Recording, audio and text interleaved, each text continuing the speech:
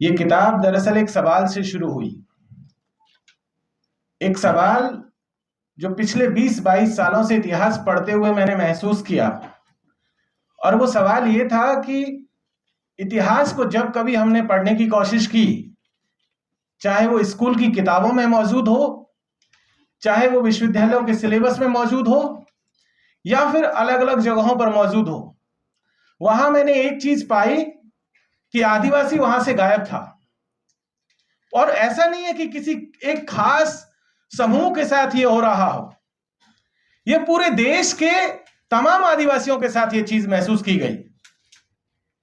जहां कहीं भी दर्ज था, उसे ऐसा भी हिस्सा नहीं था कि किसी हाशिए पर वो मिल जाए, वो हाशिए से भी बाहर पर कहीं पर था। और ये कहकर के उसे खारिज करने की कोशिश हुई कि ये पूरा का पूरा समाज जो है, इसके पास कोई लिखित एविडेंस नहीं है, कोई लिखित सबूत नहीं है, इसके पास अपनी कोई परंपरा नहीं है। और इन्हीं लाइनों पर कहते हुए उसे खारिज कर दिया गया, उसे एकदम से इग्नोर किया गया। मैंने 15 अगस्त के नारे देखे, सुने, मैंने 26 जनवरी पे लगने वाले नारों को भी सुना, और मैंने महसूस किया कि उन नारों में भी हमारे जो पुरखे हैं उनका कोई वजूद नहीं है। उसके साथ साथ कुछ किताबें पिछले सालों में आई, बहुत पॉपुलर हुई। उन किताबों के टाइटल्स कुछ ऐसे थे कि आधुनिक राष्ट्र निर्माता, makers of modern India, incarnations. एक किताब है इनकारनेशंस, सुनील खिल्लानी साहब ने लिखी, बहुत अच्छी किताब है। महात्मा तथागत बुद्ध से लेकर के धीरूभाई अंबानी तक का उसमें जिक्र है, लेकिन उसमें आदिवासी नहीं है। मेकर्स ऑफ मॉडर्न इंडिया लिखी गई, रामचंद्र गुहा साहब की किताब है, बहुत अच्छी किताब है, लेकिन आदिवासी उसमें भी नहीं है। उन्होंने आदिवासियों की जगह एक यूरोपियन व्यक्ति को जगह दी, बैरियर एल्विन साहब को, क्योंकि उनका काम था उस इलाकों में। लेकिन उन्हें कोई एक आदिवासी नहीं मिला जिसे वो अपनी किताब में जगह दे सके। और ये ऐसा नहीं था कि ये पहली बार ऐसा हो रहा था। इतिहास लिखने की जिन लोगों के ऊपर जिम्मेदारियां थी, उन लोगों ने भी वो काम ईमानदारी से नहीं किया। जिसके पास भी ये जिम्मेदारियां थी, उन्होंने या तो किसी खास व्यक्ति के इर्द गिर्द इतिहास लिखने की कोशिश की, या किसी खास विचारधारा को ध्यान में रखकर के इतिहास लिखने की कोशिश की। लेकिन उन सब में आदिवासी वहां पर नदारद था। और इसीलिए मुझे लगा कि मुझे अपने पुरखों की विरासत को दर्ज करना चाहिए, क्योंकि अगर मैं नहीं लिखूंगा तो और कौन है जो लिखेगा। नाइजीरियन साहित्यकार हैं चिनुआ अचेबे साहब। 1994 में एक पेरिस रिव्यू करके एक पत्रिका आती थी, उसको इंटरव्यू देते हुए अपनी एक बात कहते हैं। वो कहते हैं कि जब तक शेरों के अपने इतिहासकार नहीं होंगे, तब तक शिकार के इतिहास में किसी दूसरे की वीर गाथाएं गाई जाती रहेंगी। आदिवासी समाज के जब तक खुद के अपने इतिहासकार नहीं होंगे, तब तक कोई और ही उनके बारे में उनकी गाथाएं गाता रहेगा, और अपने अपने तरीके से गाता रहेगा। इतिहास को लिखने का एक तरीका यह भी सामने आया कि उन्होंने हमें जिस तरीके से दर्ज किया, उस दर्ज करने में भी एक चीज देखने को मिली, और वो ये थी कि भाई उन्होंने हमारा इंटरप्रिटेशन ही गलत कर दिया। पिछले दिनों बहुत सारी डिबेट चल रही थी, उसमें हमारे मध्य प्रदेश और राजस्थान और गुजरात के बॉर्डर पर एक समुदाय है भिलाला, भील समाज का ही एक हिस्सा है। किसी इतिहासकार ने एक डिबेट में लिख दिया कि यह तो जो है भील और राजपूतों के संसर्ग से पैदा हुआ है, और पिछले एक हफ्ते से एफआईआर पर एफआईआर उस लेखक के ऊपर होती जा रही हैं। यह पहली बार है जब किसी ने अपना असर्शन दर्ज कराया है। यह पहली बार है जब उन बच्चों को पता चला कि उनके बारे में क्या लिखा जा रहा है, और जो उल्टा सीधा लिखा गया। इवन स्थितियां यह आ गई कि आदिवासी नायकों को गैर आदिवासियों ने क्लेम करना शुरू कर दिया। राणा पुंजा भील को राजपूत बता दिया गया। वीर नारायण सिंह छत्तीसगढ़ के जो पहले आंदोलनकारी हैं, गौंड समाज से आते हैं, बिंजवाड़ समाज से आते हैं, उन्हें राजपूत बता दिया गया। महारानी दुर्गावती को राजपूत बता दिया गया।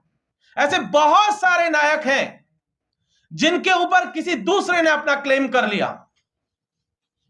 किसी के नाम के आगे अगर ठाकुर लिखा हुआ था, सबने मान लिया कि यह तो राजपूत ही है। कोई अगर राजा है तो ये भी मान लिया गया कि यह तो राजपूत ही होगा। जबकि इस देश में आजादी के समय तक आदिवासियों के अपने राज्य रहे हैं, आदिवासियों की अपनी रूलिंग फैमिलीज रही हैं, लेकिन एकदम से इतिहास को जिस तरीके से तोड़ और मरोड़ करके पेश किया गया, एक और लाइन चली है।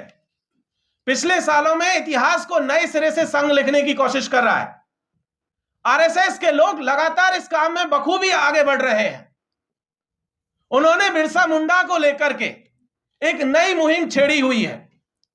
बिरसा मुंडा का जो पूरा धर्म का जो आइडिया था, उसे बिरसाइत कहा गया। आरएसएस ने उसे वैष्णव कह दिया। इसी तरीके से आदिवासियों की जो नाग परंपरा थी, आदिवासियों में गौंडों में जो बड़ा बूढ़ा देव की पूजा है, सिंह बोंगा की जो पूजा है, उसे सीधा शिव से जोड़ दिया गया। तो लगातार आदिवासी इतिहास के साथ आदिवासी संस्कृति को जिस तरीके से तोड़ करके मरोड़ करके अलग अलग परिदृश्य में पेश किया जा रहा है, इसलिए इस तरीके की किताबों को लिखी जाने की जरूरत है। शायद यह किताब आज से 70 साल पहले ही लिखी जानी चाहिए थी, क्योंकि राष्ट्र निर्माण की प्रक्रिया जहां पर मैं इस हिस्से को खत्म कर रहा हूं, यह तो तभी आज से लगभग 78 साल पहले ही पूरा हो गया था। लेकिन 78 साल में किसी ने भी यह जहमत नहीं उठाई कि आदिवासियों को भी उनका जो ड्यू शेयर है वो दिया जाए, उनका जो हिस्सा है वो दिया जाए। इतिहास की किताबों में लिखा गया कि मंगल पांडे आजादी का पहला नायक है। 1857 की लड़ाई पहली लड़ाई है, लेकिन उससे कोई 80 साल पहले तिलका मांझी इस लड़ाई को शुरू कर चुके थे। झारखंड और बिहार के हिस्से में भागलपुर और राजमहल और उसका जो हिस्सा है, वहां के पहाड़िया समुदाय के लोग, चुआड़ समुदाय के लोग इस लड़ाई को पहले ही शुरू कर चुके थे, लेकिन उन्हें वो हक नहीं दिया गया, उन्हें वो सम्मान भी नहीं दिया गया। और जहां वो लड़ाई चुआड़ विद्रोह से शुरू होती है, तिलका मांझी के वहां से शुरू होती है, और वो आजादी के 3 महीने पहले तक जो है कालीबाई भील अपनी उसी आजादी को देते हुए शहीद हो जाती है, अपने स्कूल को बचाते हुए। लेकिन कहीं पर भी उनका जिक्र नहीं है। किस तरीके से पूरे समाज को जो है क्रिमिनल बना दिया गया। क्राइम कोई भी करे, लेकिन पूरा समाज जिसे कह दिया गया तो ये तो अपराधी है। उसका हर पुरुष प्रतिदिन उसके नजदीकी थाने में अटेंडेंस देगा।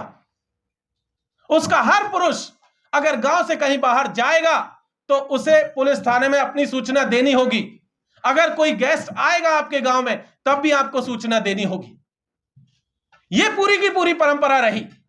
और एक चीज, अंग्रेजी हुकूमत के दौर में जिस तरीके से लूट और खसट चली, जिसके खिलाफ आदिवासियों ने पूरी बगावत शुरू की, चाहे जंगल की लूट हो, वन कानून बनाए गए, भू राजस्व वसूली के लिए कानून बनाए गए, और एक टर्म हम सब लोग आज की तारीख में बहुत अच्छे से सुनते हैं, वो है रूल ऑफ लॉ, कानून का शासन।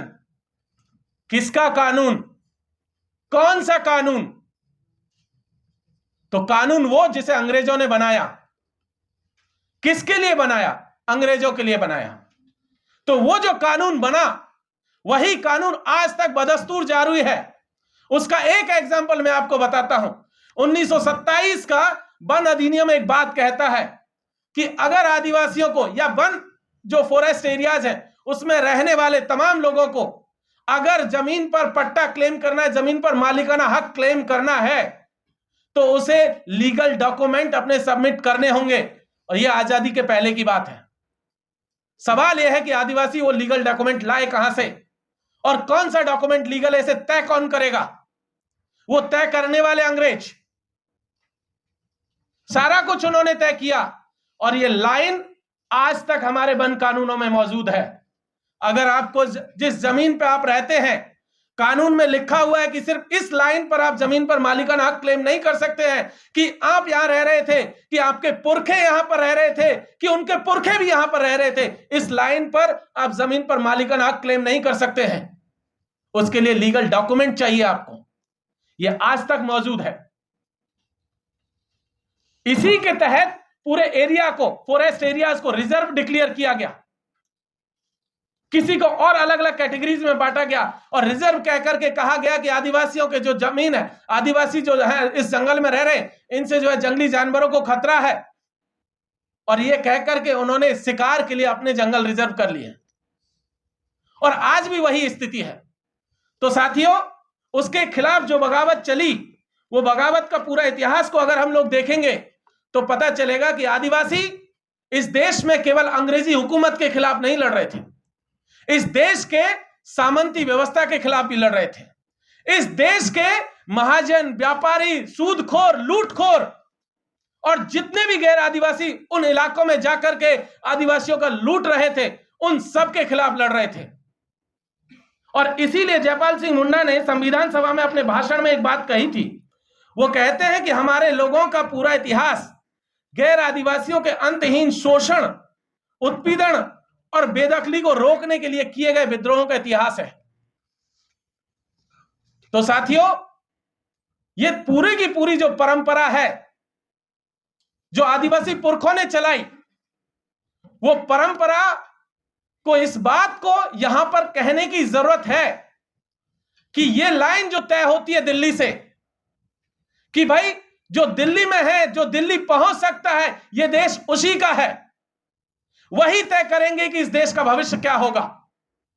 यहां से इस आयोजन का मकसद एक यह भी है कि हम ये कहें कि जो लोग दिल्ली नहीं पहुंच सकते हैं और जिनका इतिहास आप खुद नहीं लिख रहे हो, जिसकी संस्कृति को आप नष्ट करने पर तुले हुए हो, वो देश उन लोगों ने बनाया हुआ है।